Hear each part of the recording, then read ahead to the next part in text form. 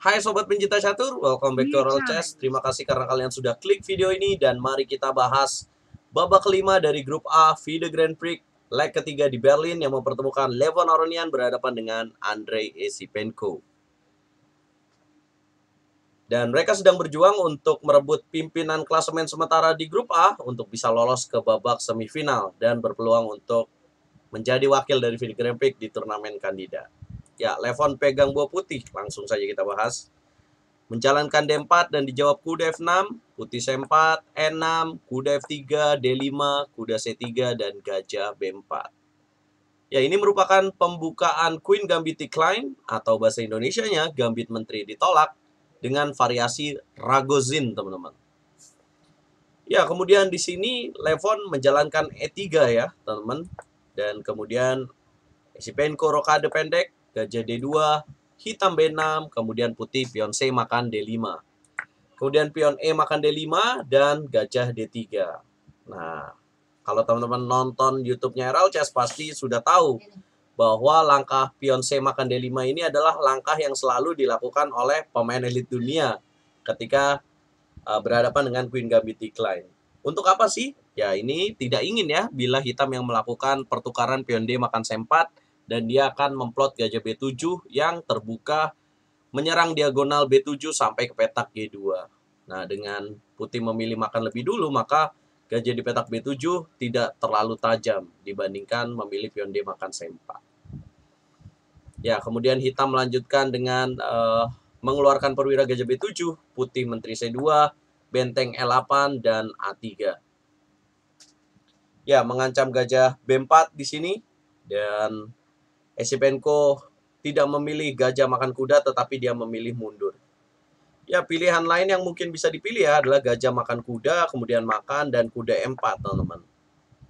Ya, tapi ini dianggapnya malah lebih besar keunggulan bagi putih. Putih akan melanjutkan dengan B4 dengan ide mencegah C5, kemudian akan tarik gajahnya dan akan benteng C1 menyerang titik lemah di petak C7, guys. Nah, that's why langkah gajah F8 lebih bagus dibandingkan gajah makan kuda. Ya, kemudian putih kuda G5 dan G6. Dan di langkah ke-12 ini merupakan langkah kejutan yang telah dipersiapkan oleh Levon Aronian jauh-jauh hari sebelumnya. Dan dia yang mengatakan sendiri, guys, dalam press conference setelah pertandingan ini, bahwa di langkah ke-12 ini dengan H4, dia sudah mengkalkulasikan dan membahas ini jauh hari sebelum pertandingan ini. Dan kemudian di sini hitam menjawab dengan C5. Dan bahkan Levon Aronian sudah mengatakan dan sudah menganalisa dia bahwa langkah C5 ini merupakan langkah yang salah dan ini akan menguntungkan bagi putih. Dianggapnya bahwa putih akan menang dalam pilihan hitam C5, teman-teman. Nah, itulah luar biasanya Grandmaster ya. Dan dia juga mengatakan, Levon Aronian mengatakan bahwa dengan memilih langkah H4 pada langkah ke-12 ini, ketika membahas ini bahwa ini bisa dimainkan oleh putih dan lebih baiknya lagi ketika kita butuh sebuah kemenangan dan berhadapan dengan pemain Gambit Menteri ditolak, maka langkah H4 ini bisa jadi sebuah solusi jika ingin memainkan permainan yang menarik, teman-teman, yang kita belum pernah lihat sebelumnya. Ya, kemudian C5 dan putih H5 mendiamkan pertukaran pion di petak D4 dan memilih H6.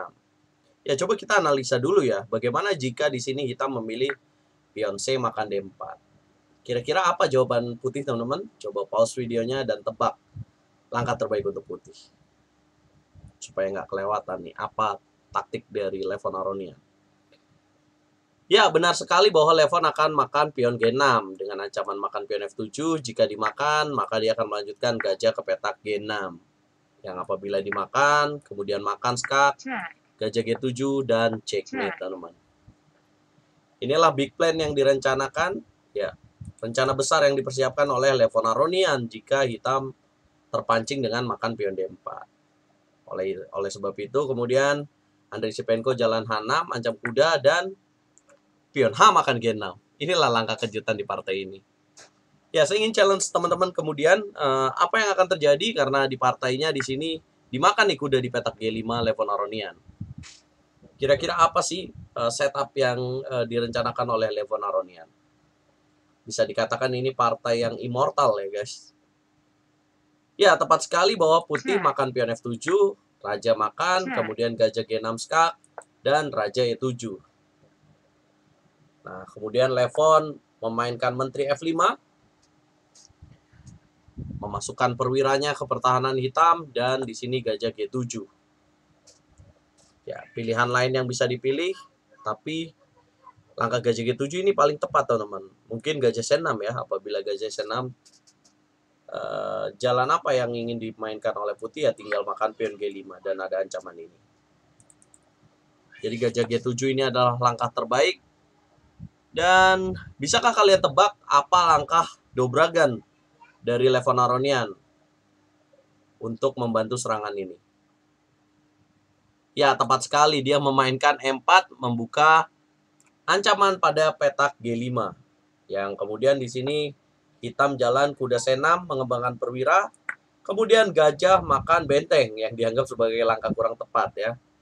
Keunggulan yang lebih besar apabila di sini Levon Aronian memilih gajah makan pion G5. Nah, jika dimakan pion D4, maka di sini Levon akan bisa memilih gajah makan gajah, gajah makan kuda, skak, kemudian gajah makan gajah dan benteng H7. Apabila raja D6, maka di sini ada jalan kuda B5 teman-teman. Skak dan makan, kemudian gajah makan L8. Apabila dimakan, maka dia akan makan gajah di petak F6. Luar biasa bukan teman-teman? Inilah Elite Grandmaster, setupnya luar biasa sekali ya. Nah, kemudian di sini gajah E8 yang ternyata dipilih oleh Levon Aronian.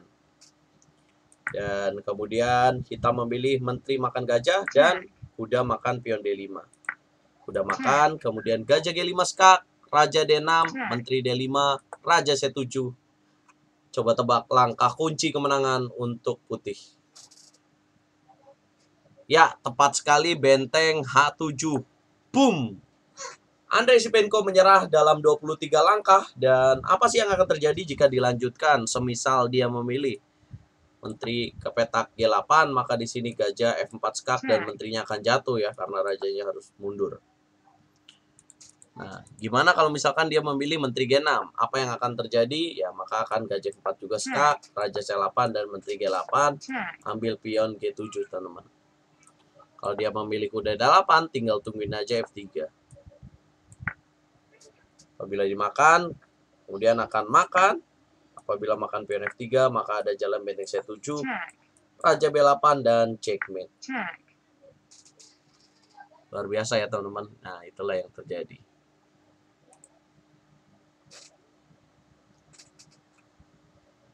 Kemudian di sini apabila memilih raja C8 ya jatuh menteri. Jadi setelah benteng H7 di sini Andrei Shevchenko menyerah teman-teman karena dia tahu akan ada setup gajah F4 tadi teman-teman. Ya itulah yang terjadi di babak kelima grup A FIDE Grand Prix leg ketiga di mana Levon menang kemudian mengantongi 3 poin. Di partai lain Hikaru Nakamura menang lawan Gregorio Parin. So Levon dan Hikaru sama-sama 3 poin.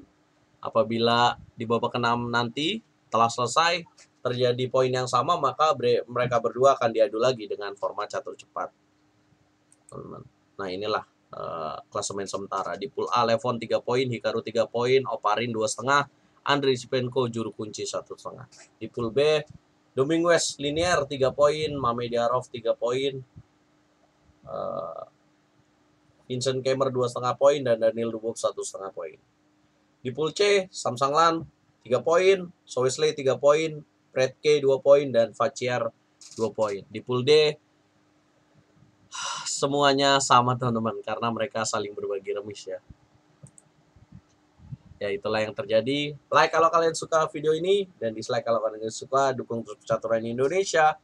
Teman-teman, itulah bahwa setiap Elite Grandmaster bermain, mereka selalu mengandalkan repertoar atau perpustakaan ilmu yang ada dalam kepalanya dan dia ingat selalu. Jika dibutuhkan, maka ilmu-ilmu ini akan digunakan teman-teman. So, buat kalian jangan lelah untuk terus belajar dan memperbaiki skill kalian, improve skill catur kalian dengan menonton dengan menonton permainan para Grandmaster ini.